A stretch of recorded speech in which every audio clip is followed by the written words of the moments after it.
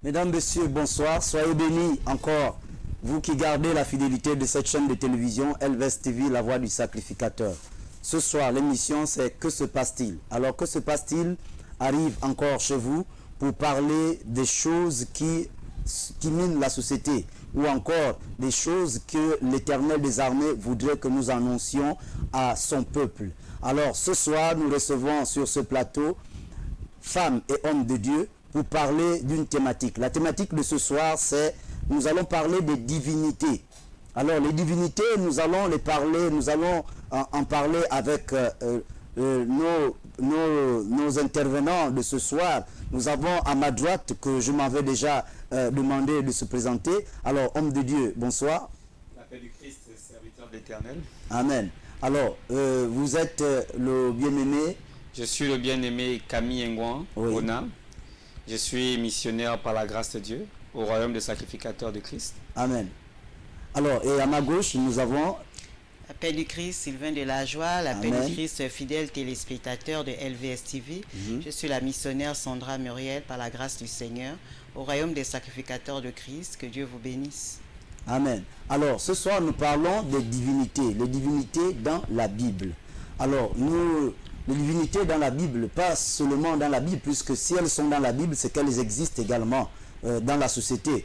Alors, puisque la Bible est le livre qui régit l'humanité tout entière. Alors, les divinités, est-ce qu'on peut déjà donner une généralité ou encore une définition sur les divinités? Qu'est-ce que cela veut dire, missionnaire Camille? Qu'est-ce qu'on peut appeler divinité? Écoutez, lorsqu'on parle de divinité, on a tendance à penser qu'on parle d'un Dieu. Oui. C'est-à-dire que c'est un être que l'on place à une hauteur qui a des dons, des pouvoirs et qui fait office de Dieu. Quelqu'un qu'on a placé au rang de Dieu et qu'on appelle généralement une divinité. Ça peut être un objet, ça peut être un esprit, ça peut être même un être humain, parce que nous avons vu dans l'Égypte antique, les pharaons étaient des divinités. Et donc, c'est cette personne, cet objet, cet esprit qu'on décide d'adorer, qu'on décide d'offrir un culte d'adoration qu'on appelle Dieu. D'accord. Voilà. Alors, est-ce que, parlant de pharaons, est-ce qu'on peut dire que les pyramides même, ces pyramides-là sont également sont des divinités pour...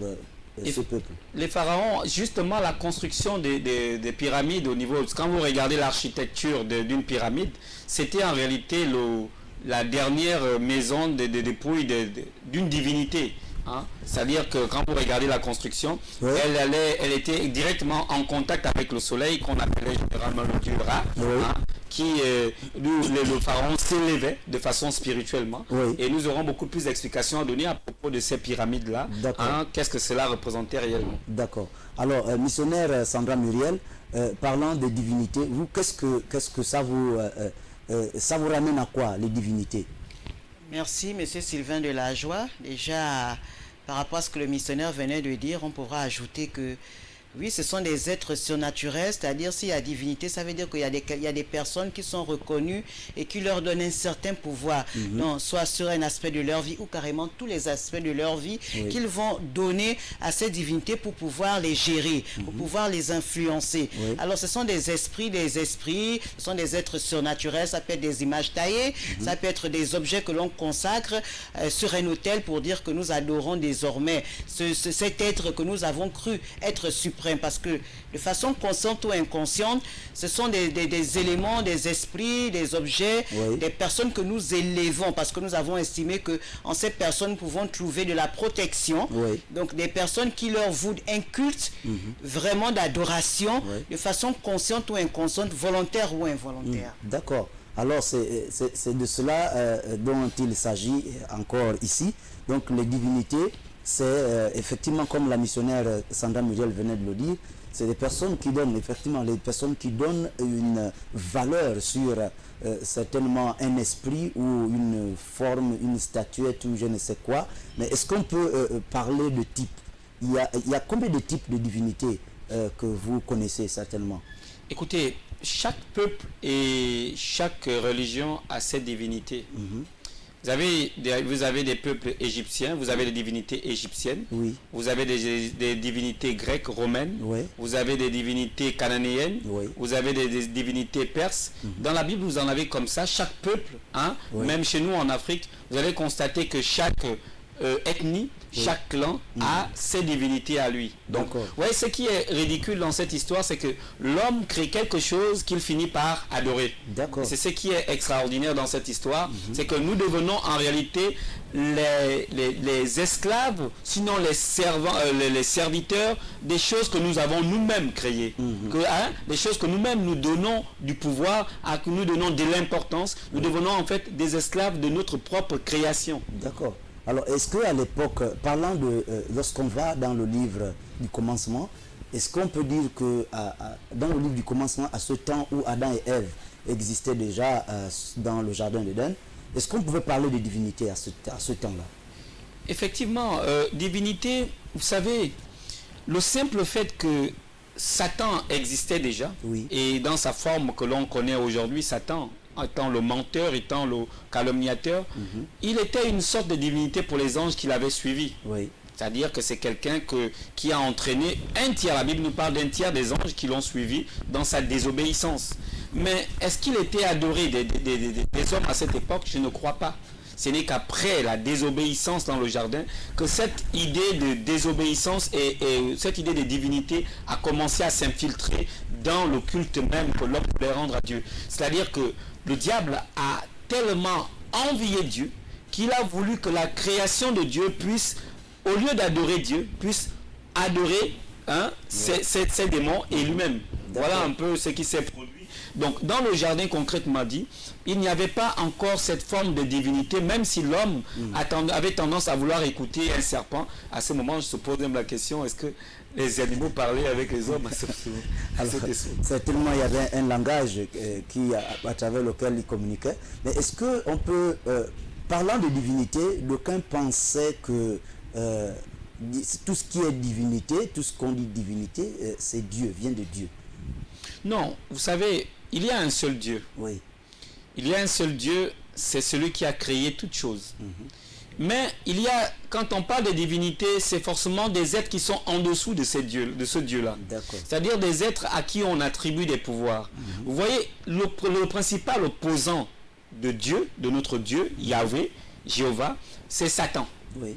Et Satan, la Bible décrit comme étant celui qui gère un peu ce système actuel dans lequel nous vivons. Et donc, derrière Satan, il y a toute une armée d'anges. Oui. Dans Genèse chapitre 6, il y a donc cette armée-là, qui sert aux hommes en venant prendre pour épouse, pour femme, les filles des hommes, et qui ont fait des hommes extraordinaires que nous connaissons. Et vous voyez que les Grecs, à cette époque-là, ont créé toute une chaîne de divinités, des dieux pour chaque action. Il y avait Zeus, il y avait toute cette panoplie de dieux-là, qui n'étaient que des démons, qui se faisaient passer pour des dieux, parce que tout simplement, ils avaient des forces, ils avaient des pouvoirs surnaturels. Oui. Voilà. D'accord. Alors, Sandra Muriel, la missionnaire Sandra Muriel, on peut dire que les hommes de Dieu, apparemment on dirait que tout homme de Dieu, les hommes que Dieu a utilisés dans la Bible, ont d'abord manifesté, en fait, ont d'abord appartenu à des divinités, ou encore été d'abord attachés à des divinités. Merci, monsieur Sylvain de la Joie. La Bible nous dit que mon peuple périt faute de connaissance. Écoutez, même lorsqu'il appelle Abraham, Abraham vivait dans sa famille était une famille d'idolâtres. D'accord. D'accord. Oui. Parce que généralement, ce que l'homme veut, il veut toujours chercher le secours et la protection quelque part. D'accord. Vous voyez même que dans nos peuples, les Bantous, dans le peuple africain, dans les différentes ethnies, quelqu'un se dit il faut se créer un totem pour la protection. Vous voyez, tout ça, c'est le manque c'est l'ignorance. Parce qu'aujourd'hui, on se crée des protecteurs, on se crée des dieux, on se crée des divinités que nous adorons en remettant toute la confiance dans ces choses que nous-mêmes nous avons créées, comme le disait le missionnaire tout à l'heure. Alors lorsque on prenons seulement l'exemple du père de la foi, Abraham, qui, quand Dieu l'appelle, nous sommes dans Genèse 12 à partir du verset 1, quand Dieu l'appelle, lui demande de quitter là où il est. Parce que justement, c'était un milieu rempli d'idolâtrie. Parce que les hommes se créaient leurs propres idoles. Or, la Bible nous dit que tu n'auras pas d'autre Dieu. Exode chapitre 20 verset 3. Tu n'auras pas d'autre Dieu devant ma face. Or, ce que l'homme cherche constamment, c'est le refuge quelque part. C'est la protection quelque part. C'est de se confier à quelque chose. C'est de savoir qu'il a quelque chose avec qu'il peut regarder. Parce qu'en fait, ce qui éblouit toujours l'homme, c'est de regarder. L'homme ne sait pas vivre dans l'abstrait. Lui, il veut voir. Et quand il voit, il croit. Mais ce qui est dommage, c'est que nous créons nous-mêmes des images taillées, nous les montons, nous les sculptons, et après nous venons vers ces images que nous adorons. Mais comment est-ce que nous pouvons adorer des choses qui sont totalement inertes, qui sont muettes? C'est de l'ignorance, c'est simplement de l'ignorance. Et après, quand Abraham va écouter la voix de Dieu, quand il va obéir, il va se rendre compte qu'effectivement, il était vraiment dans les ténèbres. Parce que être dans la captivité, être dans l'idolâtrie, c'est vraiment être dans les ténèbres. Et quand il sort de là, vous voyez ce que Dieu a fait et comment Dieu a utilisé Abraham. Mais dans l'idolâtrie, Abraham était dans l'idolâtrie avec sa famille. Apparemment, les choses marchaient bien. Apparemment, les choses marchaient.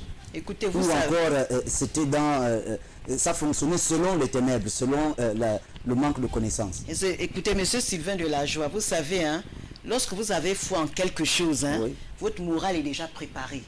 Vous dites que ce qui vous arrive, c'est forcément parce que vous avez demandé quelque chose. Donc vous préparez tous vos sens de telle sorte que vous êtes convaincu que ce que vous faites, le chemin que vous avez choisi, c'est le bon.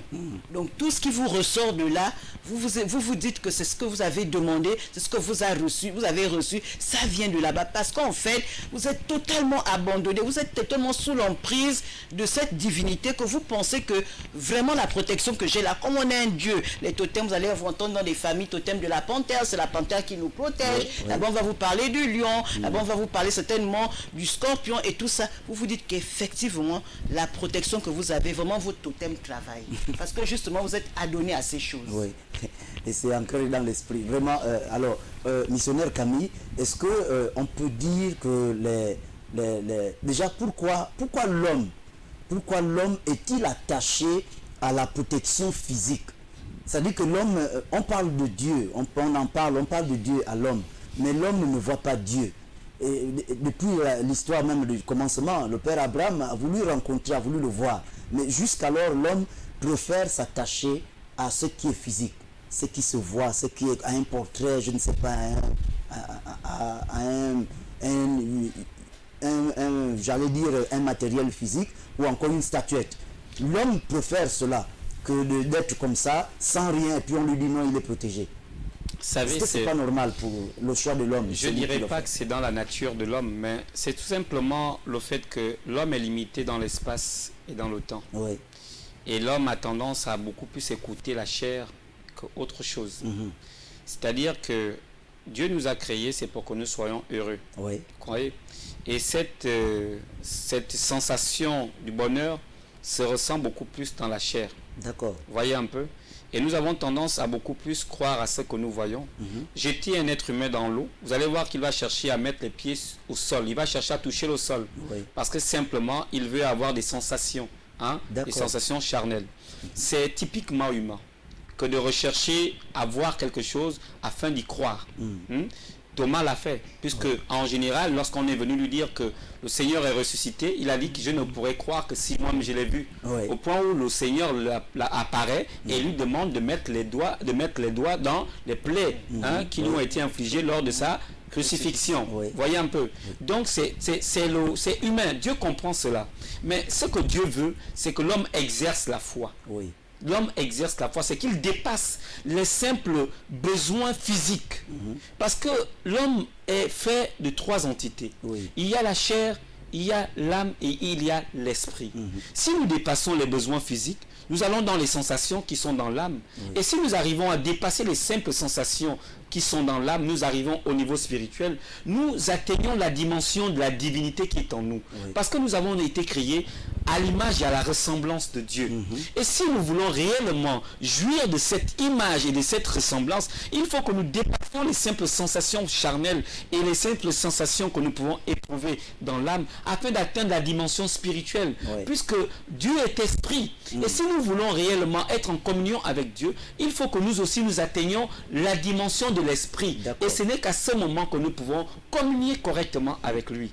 Les gens disent il faut parler avec Dieu de cœur à cœur. Mais de quel cœur il s'agit? Est-ce du cœur physique? Non. Il faut que l'homme élève le niveau de compréhension, élève le niveau de sensation, et que ce niveau de sensation dépasse les bases même, le b.a.-ba de ce que nous sommes.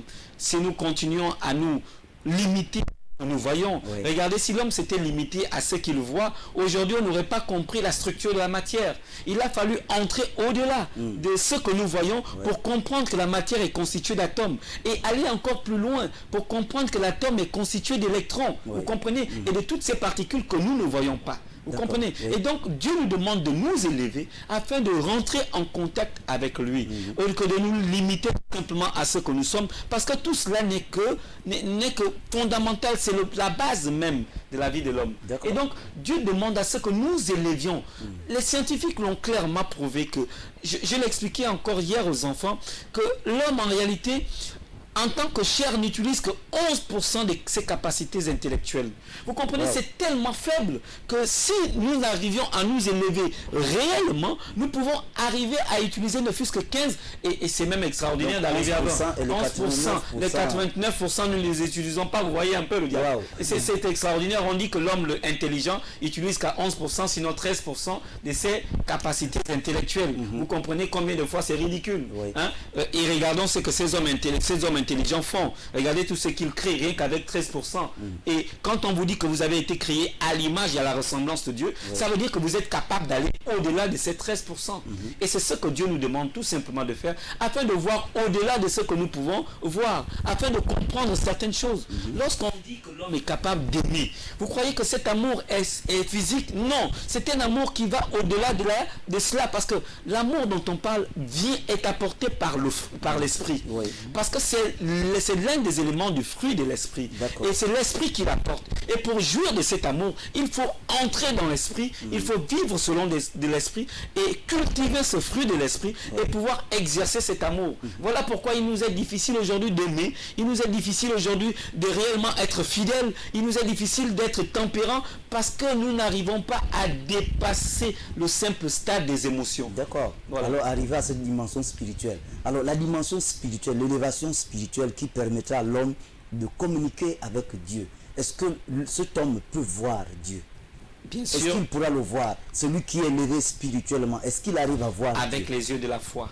Avec les yeux de la foi. Avec les yeux de la foi, on arrive à percevoir le Seigneur. Parce qu'il y en a qui disent souvent, non, j'ai vu Jésus.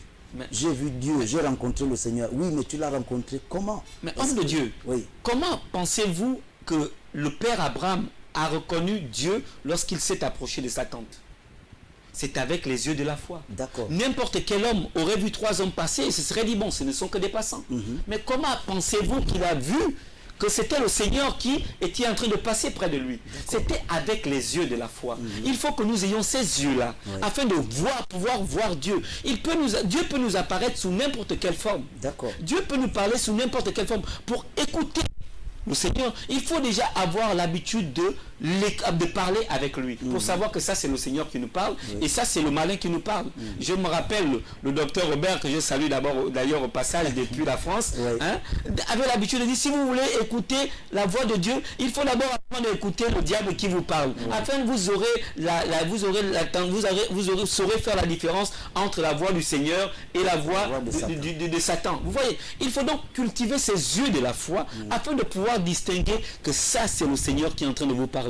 Parce qu'il peut prendre l'aspect de n'importe qui. Mais Satan peut également imiter. Est-ce qu'il ne peut pas imiter la voix de Dieu? Satan ne peut pas imiter la voie de Dieu. Parce que lui, Satan, il peut imiter celui qui falsifie. Il peut falsifier, mais il ne peut pas imiter. Le Seigneur nous dit, mes brebis connaissent ma voix. Et mes gouttes. On connaît les brebis de Dieu connaissent la voix de Dieu.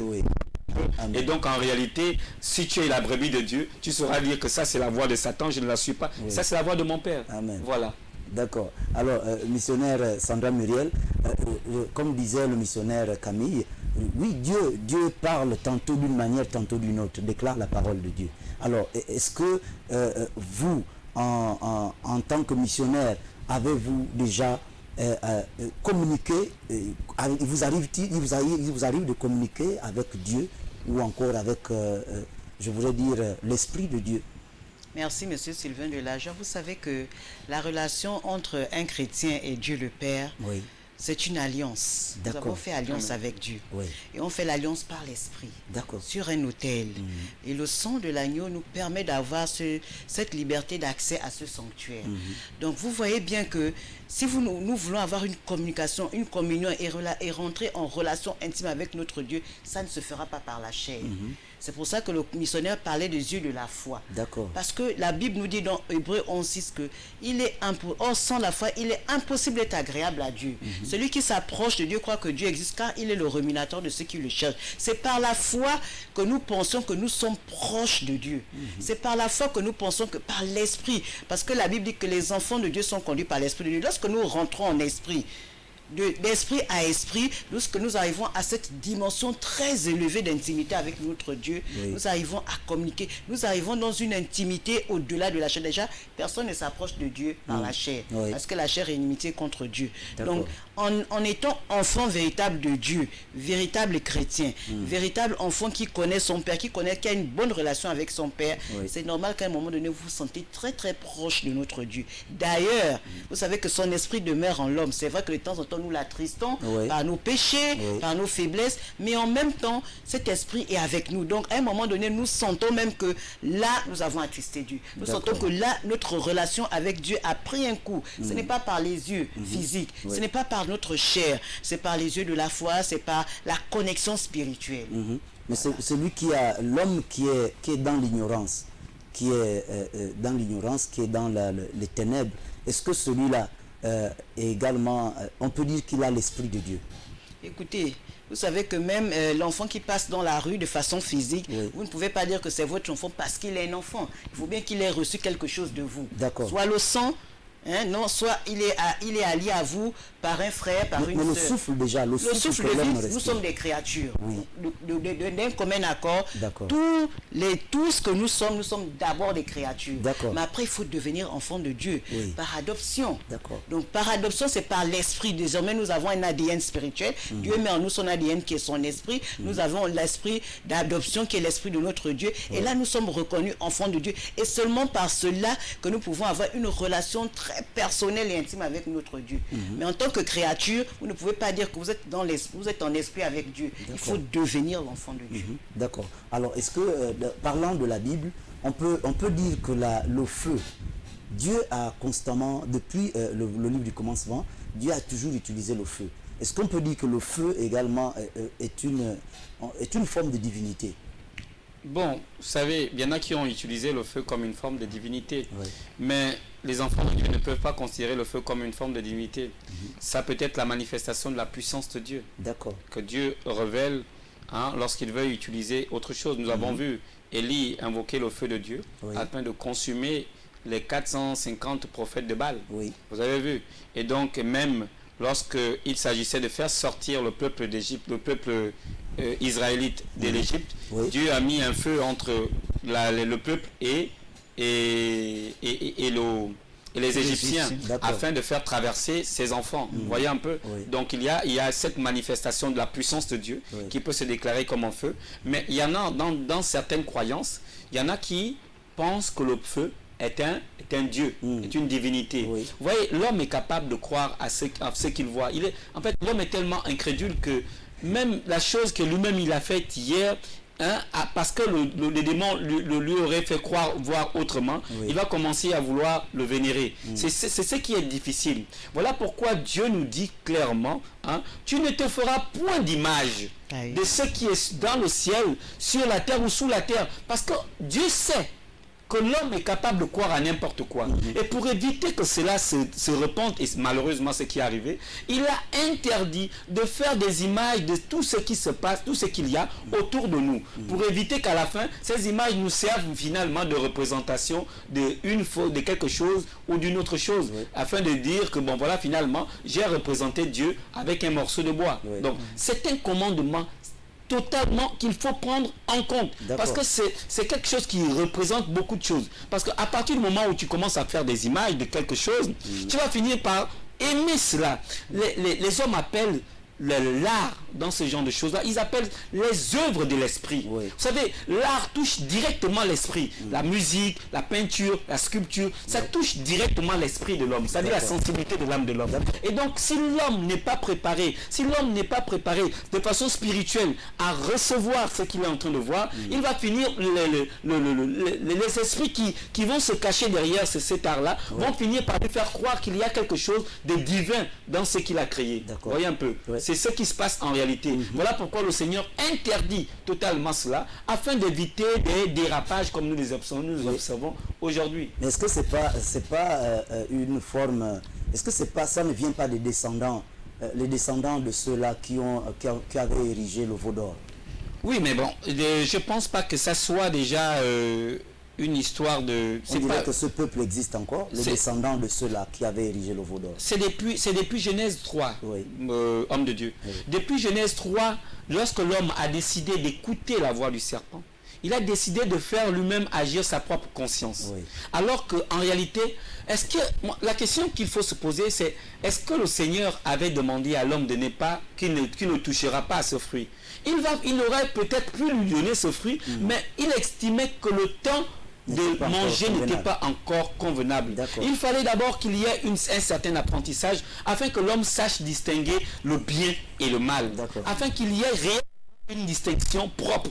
Mais malheureusement, l'homme ayant pensé qu'il fallait maintenant qu'il le fasse, il a pris la charrue avant les bœufs. L'homme s'est retrouvé dans une situation où il a mangé de ce fruit et n'est plus en même de distinguer de ce qui est vrai et ce qui est faux, parce que le moment de ce moment n'était pas encore arrivé. À ce moment, il décide de faire agir sa propre conscience, d'où la dispensation de la conscience. Donc malheureusement, la conscience de l'homme n'étant pas encore préparée à faire cette distinction, il finit par confondre toutes ces choses-là.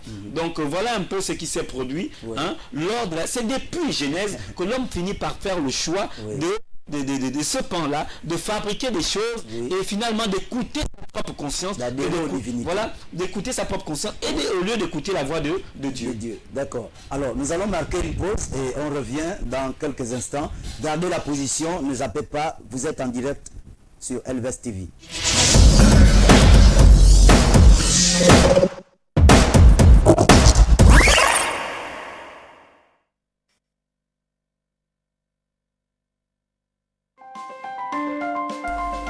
Vous êtes sur LVS.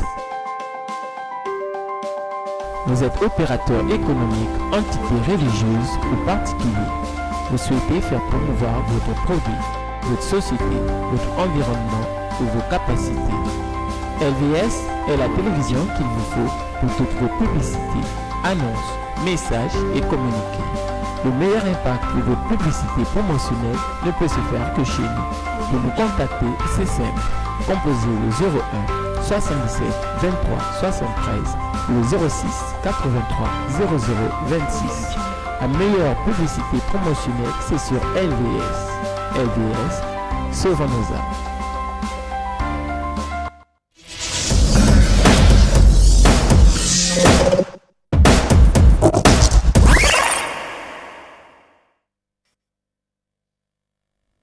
Alors, mesdames, messieurs, nous revenons sur ce plateau, le plateau de Que se passe-t-il? Que se passe-t-il? C'est votre émission, notre émission, à travers laquelle nous débattons sur des thématiques. Peut-être pas débattre, mais plutôt nous partageons sur des thématiques sur ce plateau afin d'édifier un homme ou une femme. Alors, et également, vous qui nous regardez sur les réseaux sociaux, vous pouvez prendre part à cette émission tout en envoyant vos SMS. Également ceux qui sont sur WhatsApp. Alors SMS, WhatsApp ou SMS au numéro 066 61 05 56 pour intervenir. prendre part à cette émission et appelez également au 066 14 55 34. Alors, merci encore pour la fidélité et on continue avec cette thématique qui est les divinités dans la Bible. Les divinités dans la Bible, nous allons les chercher avec les hommes de Dieu, ces différents hommes de Dieu, hommes que Dieu a utilisés dans l'histoire également. Alors, nous parlons de divinités. Est-ce qu'on peut dire que l'histoire de Laban et Jacob, alors Jacob arrive chez Laban, est-ce que Jacob avait été influencé par les divinités de Laban? Non, vous savez, c'est ce qui est extraordinaire avec l'histoire de Jacob, c'est que lui, il avait reçu la bénédiction de Dieu, il avait reçu les enseignements d'Isaac, donc c'était déjà quelqu'un d'enseigné, malgré le fait qu'il ait usurpé de beaucoup de choses. Il avait cet enseignement, il avait cette base que le Dieu qu'il servait n'était pas un Dieu physique, c'était un Dieu spirituel. Et donc, ce qui fait qu'en réalité, lorsqu'il arrive, le Dieu qu'il servait a impacté dans les finances et l'économie de Laban. Donc, vous comprenez que si Jacob aurait tout simplement été ce genre de personne qui avait abandonné ce Dieu et s'est plié au Dieu de Laban, on aurait vu les conséquences. C'est justement parce qu'il est resté dans la volonté, dans la continuité de son père et de son grand-père, qu'il a été, que tout ce qu'il touchait était multiplié. La Bible dit que tout ce que Jacob touchait se multipliait. Il était richement béni. Et Laban le reconnaît pour dire, gardons ce type-là parce que le Dieu qu'il a amené chez nous est en train de nous rendre immensement riche. D'où il va chercher ce stratagème en voulant donner sa fille, l'aînée, avant de donner Rachel. Voilà, tout simplement parce qu'il se disait que en le gardant plus longtemps, il allait fructifier par son Dieu et le rendre riche. Et le rendre plus riche. C'était l'une des raisons aussi qu'il a rendu, même si après on va comprendre que il y avait un problème de coutume là-dessus. Il fallait que l'aînée aille en mariage avant la cadette. Vous comprenez un peu. Donc Jacob n'a pas été influencé par les dieux de Laban. Bien au contraire, les dieux de Laban ont impacté dans la vie, le Dieu de Jacob a impacté dans la vie de Laban. De Laban, d'accord. Alors, parlons de cette histoire de Jacob, de Laban, missionnaire Sandra Muriel. Qu'est-ce qu'on peut dire de Rachel qui part du domicile de son père avec son mari et qui emporte avec elle des divinités. Elle prend les divinités de son père. Est-ce qu'il y avait-il pas possibilité que ces divinités, qu'elle n'ait pas ce courage de les emporter? Qu'est-ce qui a poussé cette femme à emporter ces divinités avec elle? Merci, M. Sylvain Delageant. Comme je disais tout à l'heure, chaque famille s'est créé son Dieu, sa divinité. Et elle a vécu dans ce monde. Son papa était un idolâtre parce qu'il avait tout ça avec lui. Et pourtant, il a aimé un homme qui est venu avec, semble-t-il, un nouveau Dieu. Justement, vous savez, c'est pour ça que l'on demande aux gens d'avoir... elle n'a pas grandi dans le même milieu que Jacob. D'accord. Jacob, on a dit tout à l'heure, il avait son Dieu spirituel. Elle a grandi là où on avait ces genres d'objets, je ne sais pas comment les appeler, qui étaient pour eux des divinités, des choses desquelles il ne fallait pas se débarrasser, il fallait toujours les avoir. Elle se dit, en quittant son père, il faut bien qu'elle transporte ce qui lui sert certainement de protection vers elle, parce qu'elle ne connaissait pas encore le Dieu de son mari. Donc vous voyez qu'elle se dit, il faut que je transporte mes dieux, je vais quelque part, mais si je les laisse ici, comment est-ce que je vais aller dans un pays qui n'est pas le mien, une éducation qui n'est pas la mienne, une nouvelle façon de vivre si je n'ai pas ces hommes, ces objets-là avec moi. Donc vous voyez, c'est pour ça qu'on dit que lorsque nous vivons vraiment l'éducation et le milieu dans lequel nous vivons influence beaucoup nos habitudes. Ça devient des habitudes, ça devient un mode de vie, ça devient un comportement et ça influence beaucoup la vie des uns et des autres. Mais là, apparemment, Rachel et Jacob ne faisaient pas une seule chair. Apparemment, puisque elle part de chez son père et sa mère en emportant les divinités de son père, alors qu'elle va en mariage. Elle devient la chair, ou encore elle fait une seule chair avec cet homme qui est Jacob. Mais elle emmène encore avec elle. Donc c'est des choses que nous vivons aussi actuellement. C'est des choses que nous vivons. Parce que vous savez... Ce qui entraîne des problèmes dans les couples. Voilà, quand vous voyez Adam qui dit « l'os de mes os, chair de ma chair ». Oui. Seulement aujourd'hui nous faisons le contraire. Nous commençons par chair de ma chair, os de maison. Pourquoi? Parce que nous regardons avec les yeux physiques. Parce que l'homme aime ce qui frappe et Dieu voit au cœur. Dieu regarde au cœur. C'est pour ça que nous sommes souvent influencés par les désirs de la chair, parce que lorsque nous regardons quelque chose, nous sommes attirés par nos yeux physiques. Nous voulons que ça nous frappe, mais nous ne regardons pas beaucoup plus ce qui a trait à l'esprit. Mais c'est pourtant, c'est surtout ce qui a trait à la chair qui nous influence, qui influence nos émotions et nos décisions. C'est pour ça que vous allez voir qu'à un moment dans les couples, vous avez comme l'impression que les personnes ne vivent pas la même vision.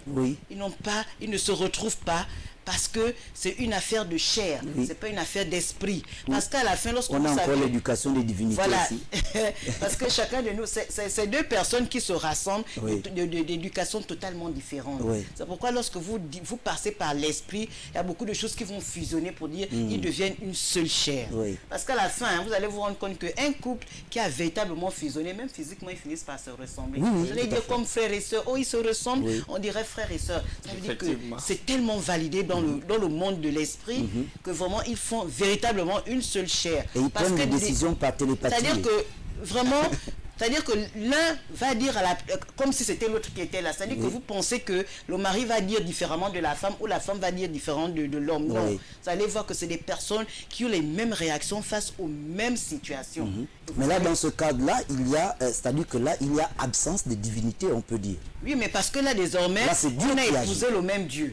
C'est comme vous pouvez aussi épouser les divinités ensemble. Mais est-ce que ceux qui épousent les mêmes divinités, ensemble, est-ce qu'ils peuvent ressembler à ce que vous dites? Mais ils se ressemblent dans l'élan et dans le mode de vie qu'ils ont adopté. D'accord. Vous savez qu'on se retrouve, qu'ils s'assemblent, comme dit ce dicton, se ressemblent. Vous avez choisi d'aller dans les divinités, et l'homme et la femme. Mais tout ce que vous allez faire va ressembler, va impacter, va se soumettre à ces divinités. Vous avez décidé d'épouser, de choisir, on va dire quoi, d'adorer notre Dieu, qui est avec un grand D, le divin, le suprême. Vous allez voir que tout ce que vous allez faire sera en accord avec l'Esprit de Dieu. D'accord. Alors, missionnaire Camille, je voudrais revenir sur cette partie des pharaons en Égypte. Alors, comment des hommes ont érigé, ont fait d'autres hommes des divinités, donc en un mot des dieux pour eux. Donc le roi, ou je ne sais pas si je peux l'appeler roi ou pharaon, le nom c'est pharaon, il décède et son corps, on va l'enterrer quelque part, et ce corps est visité de temps en temps, est vénéré de temps en temps. Est-ce qu'il y avait une puissance également? C'est à cause d'une puissance qui se reflétait dessus, ou bien c'est juste parce que c'est la culture? Vous savez, ce n'est pas typique aux Égyptiens. Ça remonte loin, même dans le livre de la Genèse. D'accord. Au moment de la construction de la tour de Babel. Il y a un homme, un grand chasseur, bâtisseur de la ville de Babylone, qu'on appelait Nimrod. D'accord. Nimrod était un grand homme de cette époque. Et après sa mort, les Babyloniens ont décidé de le rendre Dieu. Et ils ont créé une divinité pour Nimrod qu'on appelait Marduk. D'accord. Marduk était une divinité babylonienne qui en fait était l'essence de Nimrod. D'accord. Donc vous comprenez que l'homme en réalité, et ça se passe encore même aujourd'hui, dans la réalité c'est que les Égyptiens, le pharaon était un dieu vivant. Il était la représentation sur terre de tous les dieux qui étaient dans le monde céleste. D'accord. Là, il avait les dieux de la prospérité, il y avait les dieux de la récolte, ils avaient des dieux un peu pour toutes ces choses. Et donc, la représentation de tous ces dieux était celui qui devait communiquer entre le monde des dieux et celui des hommes, était Pharaon. Un dieu qu'on envoyait sur terre afin de communiquer. Ça, c'est l'histoire même un peu du Pharaon. Et donc, c'était une divinité pour les Égyptiens. Et donc, c'est une culture qui est née, qui remonte vraiment de très loin, qui a été insérée dans certaines croyances depuis Babylone, parce que ça remonte depuis Babylone, où on a donné des noms divins aux hommes, et même aujourd'hui, je n'ai pas envie de citer certaines, où on rend certaines personnes, on les canonise, au point de même commencer à prier ces hommes-là, parce qu'on suppose qu'ils ont, voilà, les vénérer, on suppose qu'ils ont accompli un certain nombre d'actes qui dépassent l'entendement humain, et donc c'est eux. Et c'est même comme c'est tellement, la bêtise humaine a été poussée tellement loin qu'aujourd'hui, à l'époque de l'Égypte antique, le pharaon était considéré, en fait, était le pont qu'il y avait pour consulter les dieux. Il fallait aller vers le pharaon, et c'est lui normalement qui devait appeler une divinité, discuter avec cette divinité et pouvoir transmettre. C'était déjà un grand prêtre, élevé au rang de grand prêtre. C'est vrai qu'il y avait un prêtre dans le temple. Il y avait aussi l'aspect divin, et donc le corps qu'il portait, c'était tout simplement une enveloppe qu'il empruntait, tout simplement pour se faire voir au niveau des hommes. Mais en réalité, dans cette enveloppe, il y avait la divinité qui s'était incarnée. Voilà, donc pour eux, le pharaon n'était pas né normalement, c'était tout simplement une divinité qui s'était incarnée dans le corps d'un homme afin de pouvoir guider le peuple égyptien. Et tout ça, c'est l'œuvre de Satan. Et tout ça, c'est l'œuvre de Satan, parce que en réalité, le Dieu de ce système des choses n'est autre que Satan. C'est lui qui, en réalité, est derrière cela. La Bible parle de lui comme étant un Dieu, petit d, qui gère ce système-là, qui a instauré ce système parce qu'il a compris que les hommes avaient besoin de se confier. Il a compris que les hommes avaient besoin de toucher pour croire. Alors, il s'est servi de cela et a créé tout un système de divinité afin de faire croire aux hommes qu'il fallait s'accrocher à cela pour croire, tout simplement. Voilà. Est-ce que c'est pas une manière d'imiter également, toujours dans l'imitation, dans la falsification, de vouloir faire comme Dieu? Justement. Parce que Dieu a tant aimé le monde qu'il a envoyé son Fils unique, Jésus-Christ. Satan a toujours envié la gloire de Dieu. Il a tellement approché le trône de Dieu qu'il a envié cette gloire. Et il a voulu s'approprier cette gloire, d'où la guerre qui a éclaté dans le ciel, entraînant avec lui un tiers des anges. Et donc c'est toujours dans la continuité de l'envie de cette gloire qu'il continue à égarer les hommes afin que les hommes le vénèrent à la place de Dieu. Voilà. Mais est-ce qu'on peut dire que Satan connaît Dieu? Satan connaît Dieu. Il a servi Dieu. La Bible parle de lui comme étant un super chérubin. Voyez un peu, c'est un ange excessivement puissant qui avait un privilège. Est-ce qu'il peut le connaître jusqu'à sonder son intelligence, savoir comment Dieu peut agir? C'est un ange. Il a été créé. C'est lui qui connaît mieux. Ce n'est pas la créature qui connaît mieux le créateur, mais c'est le créateur qui connaît mieux la créature. Satan est une créature de Dieu. Dieu connaît les points faibles de Satan. Et c'est aussi simple que ça. Donc, je ne pense pas que Satan puisse connaître les points faibles de son créateur. Non. Et c'est justement parce qu'il ne connaissait pas les points faibles du créateur qu'il a perdu cette guerre au ciel et qu'il a été précipité. Amen. Voilà. Amen. Comme dit la parole également, que Jésus dit, il a vu Satan tomber du ciel comme un éclair. Alors donc, ça veut dire que Jésus existait même déjà, bien avant. Alors, les divinités, nous sommes bien évidemment là-dessus. Et qu'est-ce qu'on peut dire également de cet homme-là, Saul de Tarse? Saul de Tarse également agissait sous l'emprise d'une divinité, ou encore c'était juste sa force physique qu'il avait, qui l'entraînait comme ça? Est-ce qu'on peut dire qu'il était attaché à une divinité, Saul de Tarse? Bien sûr. Vous savez, ce n'est pas n'importe qui se lève pour combattre l'église de Jésus, pour combattre l'œuvre de Dieu. Un être humain normalement constitué ne peut pas combattre Dieu. D'accord. Il faut qu'il soit poussé par un esprit qui n'est pas forcément l'esprit de Dieu, afin de combattre. Satan était poussé par une divinité, et nous connaissons bien son nom, c'est Satan. Et donc c'est Satan qui le poussait, parce qu'il allait même lui-même demander l'autorisation dans les synagogues. Il allait lui-même demander, dire, bon, écoutez, là je n'ai rien à faire, donnez-moi une autorisation pour que j'aille persécuter les chrétiens. Il allait lui-même. Vous pensez qu'il était animé de quel esprit? Il était animé de l'esprit de Satan. C'est tout à fait logique. Voilà, donc c'est cet esprit-là qui le poussait à aller. Et gloire à Dieu, il a croisé Jésus-Christ de Nazareth sur son chemin, qu'il a tout simplement transformé au moment où il l'a croisé. Et nous savons ce qu'il est devenu. C'est même l'un des apôtres qui a le plus écrit dans la Bible. Et vous voyez, il a été un peu partout. Il a fondé des églises. Et aujourd'hui, on parle de l'apôtre Paul, vraiment On a oublié Saul de Tarse, on parle de l'apôtre Paul. Voilà. Alors, est-ce qu'on peut dire que l'homme existe-t-il pour une divinité? Est-ce que l'homme venant sur terre, il vient sur la terre pour une divinité? La missionnaire Sandra Muriel. Merci, monsieur Sylvain de la Joie.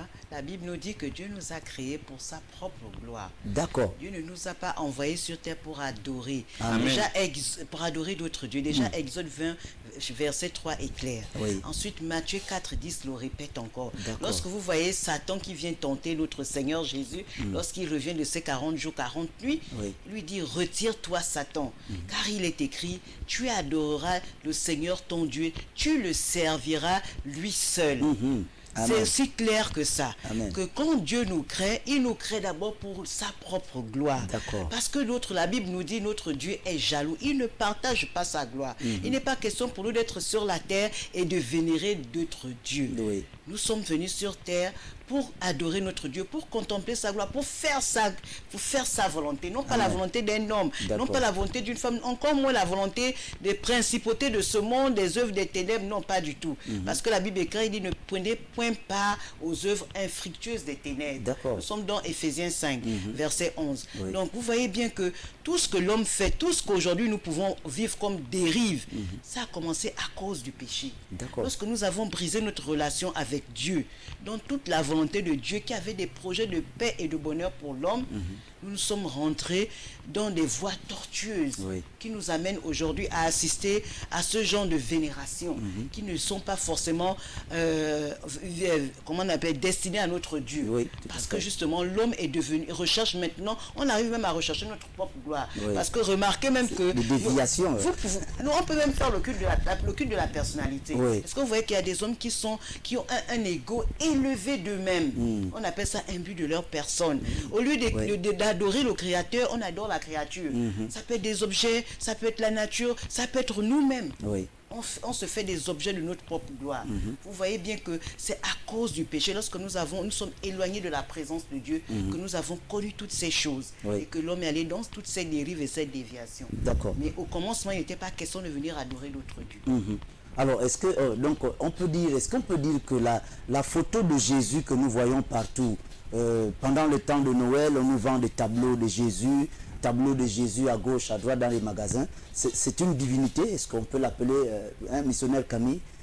Il nous reste plus que 4 minutes, nous annonce déjà la réalisation. C'est justement ce nous en avons fait une divinité. Cette photo-là, cet homme-là, il existe, c'est un acteur. C'est un homme. Je pense que dans les réseaux sociaux, on a lu qu'il disait qu'il n'est pas le Seigneur. Qu'il fallait arrêter de publier ses photos un peu partout. Il a été pris pour tourner un film concernant le Seigneur. Mais même là encore, vous savez, c'est un abus. On ne doit pas prendre un humain et essayer de représenter le Seigneur au travers cet humain. J'ai l'impression que on est aussi en train de fausser. Lorsqu'on parle de film, parlons de Jésus-Christ. C'est quelqu'un qui est saint. C'est déjà un commandement qui...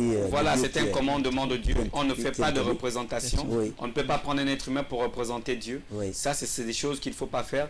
Et encore plus, il y en a qui accrochent des photos en disant que cette photo va me protéger contre des esprits, alors que la photo même est déjà un esprit. Donc vous comprenez que c'est les dérives de l'homme. Cette photo devient déjà une divinité. C'est une divinité pour beaucoup de personnes. C'est une divinité. Regardez, allez dans certaines églises, vous allez voir même qu'il y a des statues érigées à cette image-là, où les gens vont s'agenouiller et prier en se disant que dans cette statue, dans cette image, il y a... Dans cette grotte. Voilà, dans cette grotte, il y a... je ne sais pas, je ne vais pas dire le Seigneur, parce que ce n'est pas le Seigneur. Il y a une divinité là-dedans qui vous écoute, et bien, effectivement, il y a une divinité. Mais quel genre de divinité? C'est un démon. C'est un démon. Parce que derrière chaque divinité qu'on est en train de citer, ce sont des démons qui sont là derrière. Il faut les appeler tels qu'ils sont. Derrière cette divinité qu'on cite un peu à gauche, à droite, Astarté et tout le reste, et Baal et autres, Moloch, ce sont des démons. Ce sont des démons qui sont là-dedans, qui sont tout simplement en train de nous entraîner vers la perdition. Et c'est ce qu'il faut dire au peuple, tout simplement, pour qu'ils comprennent que ces photos, ces images, ce sont des divinités, ce sont des démons qui sont là-dedans. Il faut éviter de se les mettre dans les maisons. D'accord. Donc il n'y a pas Jésus, il n'y a pas Dieu là-dedans, le véritable. Il n'y a rien dedans. Dieu. Exactement. Alors, parce qu'il y en a qui, je crois que nous Nous en débattrons prochainement ici sur ce plateau. Nous parlerons, je crois, de Dieu et de Jésus. Parce qu'il y en a qui disent, non, moi je crois en Dieu. Il y en a qui disent, moi je crois en Jésus-Christ. Je crois que ça fera preuve, ça fera l'objet d'une discussion certainement ou d'un partage dans les jours à venir. Alors, nous sommes à la fin de cette émission. Alors, soyez bénis, vous qui avez gardé la position, qui avez gardé la fidélité encore, la position de rester fidèle à cette émission. Que se passe-t-il? Que se passe-t-il est votre mission qui existe et qui existera toujours grâce à vous, grâce à l'Éternel des armées. Alors, soyez bénis et on se retrouve au prochain numéro dans la paix du Seigneur Jésus-Christ Nazareth. Merci. Amen.